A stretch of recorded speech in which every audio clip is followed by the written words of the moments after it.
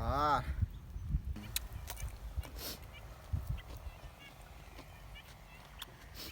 Kia có đam mà.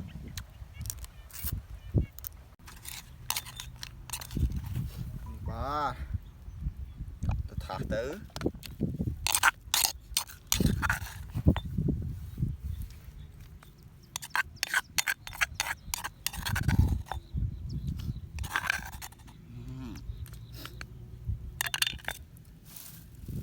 Đuôi rồi.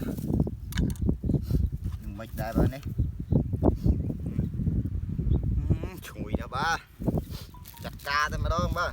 Cũng mà khát phê chú. Nè ba. Cắp đam. Mùi khi nhầm được ngọc này. Nè ba.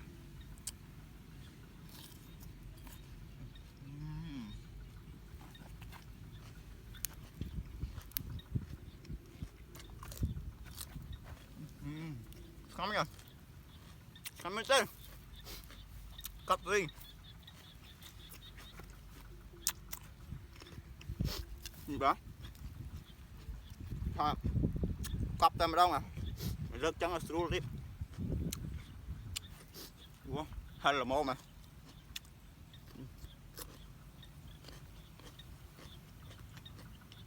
Để cuốn sai mà.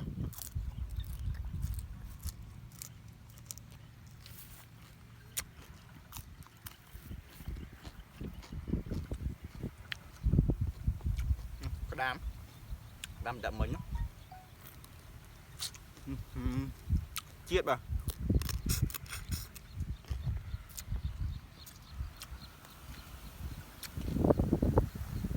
khắp sri cho mình mà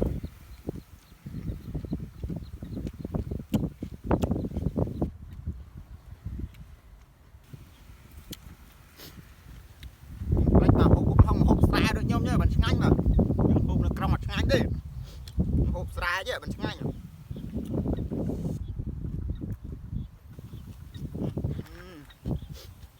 chuyện nam bông ôn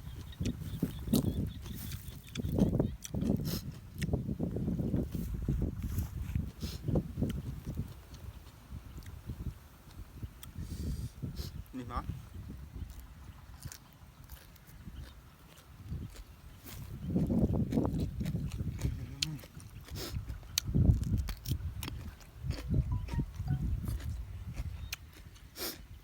wow, là bông ôn đấy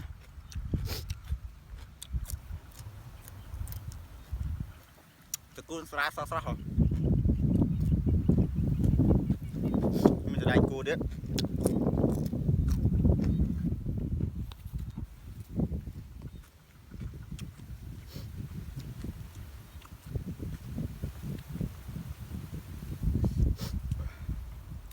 nè bà xin tới sẽ phiếp à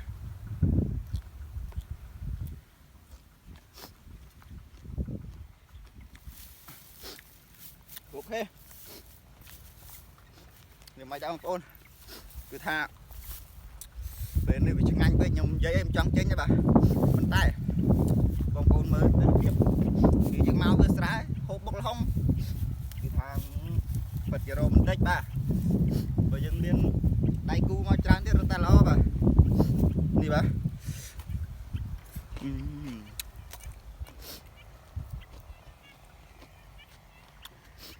kia có đam mà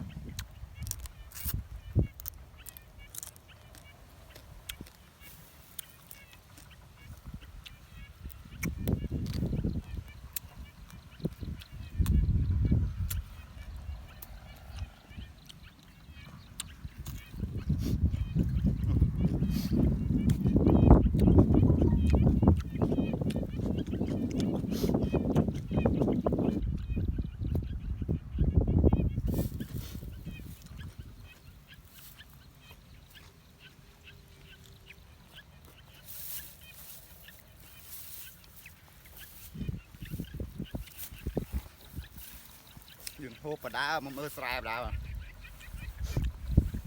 dương tụm nế càng nghiệp với tụm nó tia mà bọc là không có mơ sài đấy chui cắt sài hiện này bà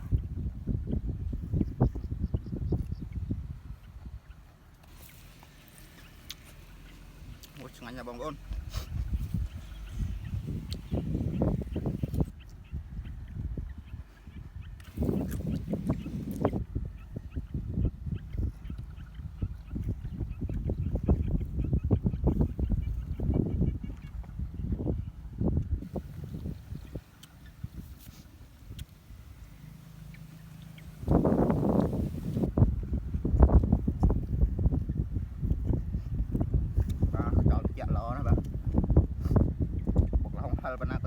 ở đây mình cho bên nâng chẹt lo thì nơi cong mà